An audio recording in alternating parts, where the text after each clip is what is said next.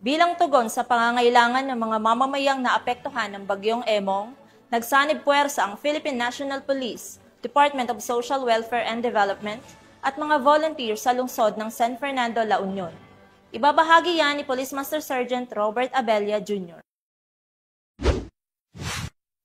Sa isang makulay na pagpapakita ng pagkakaisa at malasakit, nagsanib puwersa ang mga ahensya ng gobyerno at mga voluntaryong mamamayan upang magtulungan sa pag-unload at pamamahagi ng mga relief packs sa mga residente ng lungsod ng San Fernando na naapektuhan ng Bagyong Emong.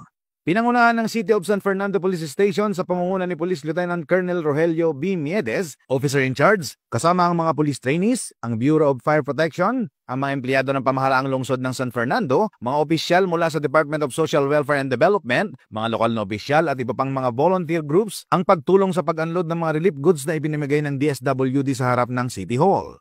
Layunin ng bayanihan na ito na mabilis na makarating sa mga apektadong pamilya ang mga pangunahing pangangailangan upang matulungan silang makabangon mula sa trahedya na dulot ng Bagyong Emong. Ang pagtutulungan ng mga ahensya ng gobyerno at mga mamamayan ay isang magandang halimbawa ng bayanihan sa makabagong panahon.